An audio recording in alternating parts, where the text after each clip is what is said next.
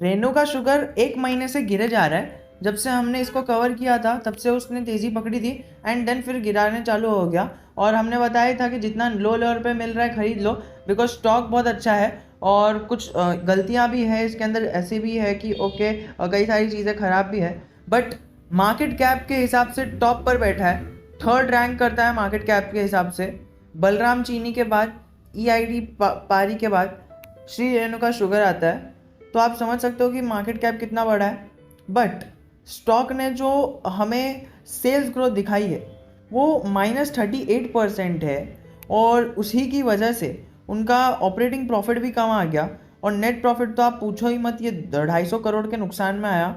जो इतने टाइम से आप देखोगे 250 करोड़ का नुकसान कभी आया था, जून 29 में, और अभी जून 2021 में ये हो गया 250 करोड़ का नुकसान। तो आपको ये आंकड़े तो दिख गए कि नुकसान की वजह से स्टॉक गिरा था। बट हम बात करने वाले हैं कि क्या न्यूज़ आई है इसमें। न्यूज़ आई ये है कि आपको आना स्क्रीनर पे है, screener.com पे अपने शेयर का नाम सर्च करना है, नीचे आना है, रिसेंट अनाउंसमेंट्स लिखा रहेगा। ये देखिए, ये आपको दिख रहा है 2D लिखा है, 2D मतलब 2 दिन पहले। अभी उसके नीचे लिखा है 12 अगस्त, मतलब 12 अगस्त को आई है। ये 2 दिन पहले न्यूज़ आई है। इसको कवर करेंगे, डाउनलोड PDF करेंगे और PDF पे क्लिक करेंगे। मैंने पहले से इसको पढ़ के रखा है तो मैं आपको एकदम इजी वे में समझा दूंगा। ये अपग्रेड ऑफ, ये अरेंजमेंट, वो सब सारी चीज़ें नहीं बताऊंगा, ये बहुत डिटेल में हो जाएगा। एंड वी जस्ट वांट कि हमें एकदम सिंपल भाषा में कोई समझा दे, इसीलिए मैंने थंबनेल में टाइटल भी ऐसे ही रखा है। ये चीज़ ऐसी है ना कि इनका जो भी लोन था, ठीक है, लोन और कैपिटल, अभी बैलेंस शीट आप देखोगे तो असेट साइड इधर की होती है, लायबिलिटी साइड इधर की होती है, और असेट साइड इधर की होती है। और असेट्स में बहुत सारी चीज़ें रहती है, लायबिलिटीज़ में बहुत सारी चीज़ें रहती है। लायबिलिटीज़ में एक सेक्शन रहता है लोन का, तो वो लोन जो रहता है ना वो हमें रीपे करना रहता है, तो लायबिलिटी रहती है। तो वो लोन जो है, शॉर्ट टर्म बोलो कि लॉन्ग टर्म बोलो, फंड बेस्ड बोलो कि कुछ भी बोलो, मतलब मतलब अलग अलग तरह के लोन्स रहते हैं। अभी हमने विकास लाइफ केयर में देखा किस तरह से राइट इशू के बारे में आने वाला है, वो भी एक तरह का लोन ही कह सकते हैं हम, हमें फंड रेजिंग लोन, वो सब। तो शॉर्ट टर्म लोन इनका ये सारी चीज़ें है। ये पहले थी साइज ऑफ इशू, उसके बाद वो बढ़ के हो गई रेटिंग आउटलुक A पॉजिटिव। तो इसका एक सीधा सीधा मतलब आप समझ लो, जो लोन है उसके जो इंटरेस्ट रेट है उसमें सुधार आया है, जो लोन है वो उनका थोड़ा सा कम हुआ है, और जो उनकी रेटिंग्स रहती है, देखिए आगे अब आपको करोड़ों के लोन ऐसे ही नहीं मिल जाते आपके सिबिल स्कोर पर। ये तो हम इन जनरल बात करते हैं ना, बड़े बड़े businesses just like Shri Renuka sugar, जिन्होंने अभी अभी इतने सारी चीज़ें करी है, प्लांट्स डाले हैं इथेनॉल के लिए, कई सारे लोगों को हायर किया है और बहुत सारी चीज़ें करी है। तो उनके लिए बड़ी बड़ी चीज़ें रहती है और कई सारे रिक्वायरमेंट्स रहते हैं जिसको फुलफ़िल करने के बाद लोन मिलता है। तो वो रिक्वायरमेंट्स कहीं ना कहीं अभी जैसे कि हमने देखा कि AGM की कई सारे पार्ट्स रहते हैं, स्टेज 1 रहता है, स्टेज 2 रहता है, stage 1, stage 2, stage 3, stage 4। Stage 4 में क्या मतलब एकदम ही मतलब ज़्यादा नीचे चले गया है और ज़्यादा कंट्रोल में आ रहा है। उसी तरह ऐसे लोन के भी बहुत सारे स्टेजेस रहते हैं, मतलब बहुत सारे क्राइटेरिया रहते हैं। अब आप समझ लीजिए वो पहले ये स्टेज 3 में था, अब वो घट के स्टेज 2 में आ गया है। अभी कोई भी स्टॉक आप समझिए ASM लिस्ट 3 में है, वो ASM लिस्ट 3 से हट के ASM लिस्ट 2 में आ जाए तो वो स्टॉक अभी भी ASM लिस्ट में है ही, अभी भी ASM लिस्ट में है। बट क्या हो रहा है, यहाँ पर हमें दिख रहा है कि स्टॉक ने थोड़ा इम्प्रूवमेंट आया है, 3 से हटकर 2 पे आ गया। उसी तरह लोन की जो क्राइटेरिया थी ना वो फॉर एग्जांपल आप थोड़ी सी डीले हो गई, जो कंपनी के लिए अच्छी बात है। और वो जो वर्किंग कैपिटल की लिमिट थी ना वो थोड़ी बढ़ गई है, जो अगेन कंपनी के लिए अच्छी बात है। आप पहले का डेटा देख लो, टर्म लोन का मैच्योरिटी डेट, तो आप देखोगे कि साइज ऑफ इशू इतना है और रेटिंग और आउटलुक कितना है और रेटिंग और एक्शन इतना है।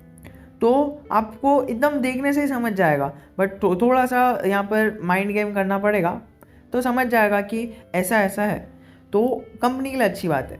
मैंने आपको कहा है कि आपके पास 2% कैपिटल जो भी है आप इसके अंदर लगा सकते हो, मतलब आपके पास जितना भी कैपिटल है उसका 2% इस शेयर में लगा सकते हो और पैसा कमा सकते हो।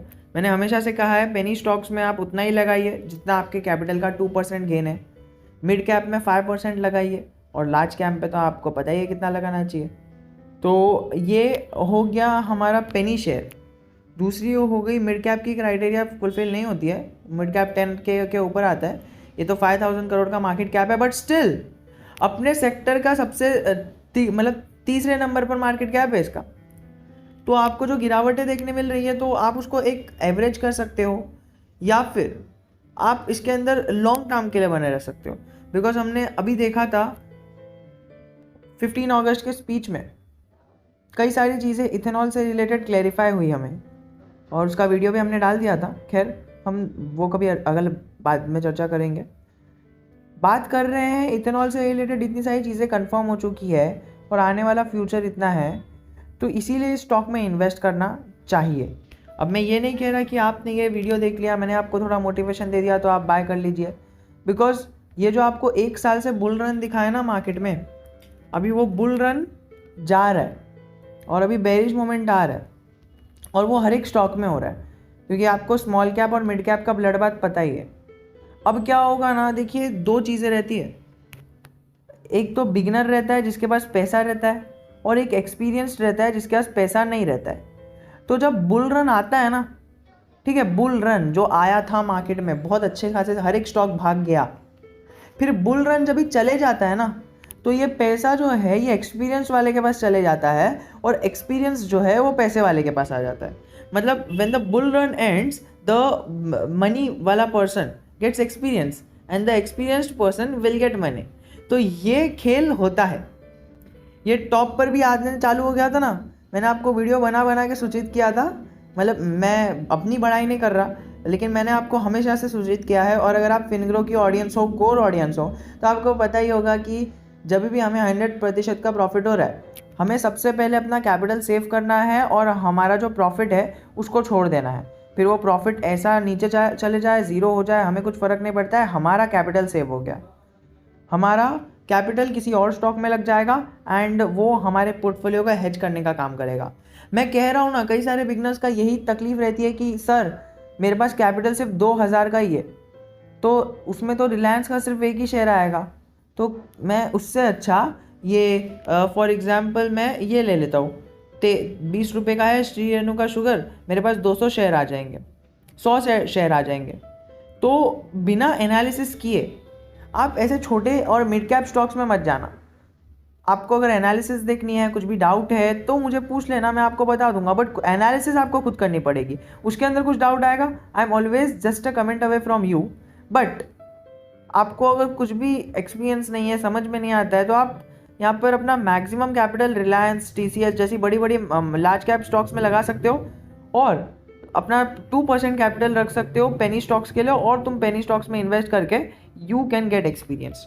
सो BSE में एक बार डेटा देख लेते हैं। तो BSE में डेटा हमें देखने मिल रहा है, अर्निंग पर शेयर 0 के नीचे देखने मिल रही है, और PE भी नेगेटिव देखने मिल रहा है। मतलब स्टॉक बहुत ज़्यादा नीचे चले गया है, कभी भी ऊपर जा सकता है, बट स्टिल वो कभी ऊपर जाएगा वो किसी को नहीं पता। अब क्या पता ये पूरा हफ्ता ही उसके लिए अच्छा हो, वो स्टॉक की न्यूज़ की वजह से 2 दिन पहले न्यूज़ आई थी, तो वो भी हो सकता है। और देखिए ये सेकंड ऑप्शन है। अगर आप अभी तक वीडियो को देख रहे हो तो मैं आपको बताऊं कि यहाँ पर अनाउंसमेंट सेक्शन में आके भी आप ये डाउनलोड कर सकते हो। देखिए यहाँ पर डेट लिखी पड़ी है राइट में, क्योंकि इस डेट में ये अनाउंसमेंट्स हुई, तो क्योंकि सबसे पहले BSE और NSE पर ही आएगा, फिर बाद में वो स्क्रीनर और मनी कंट्रोल उधर किधर आएगा, तो इसीलिए मैं BSE NSE प्रीफर करता हूँ। But according to the last 7 months and in the 3 months trend, हमें वेरी नेगेटिव फाइनेंशियल ट्रेंड देखने मिला है because of the fall in the quarterly results.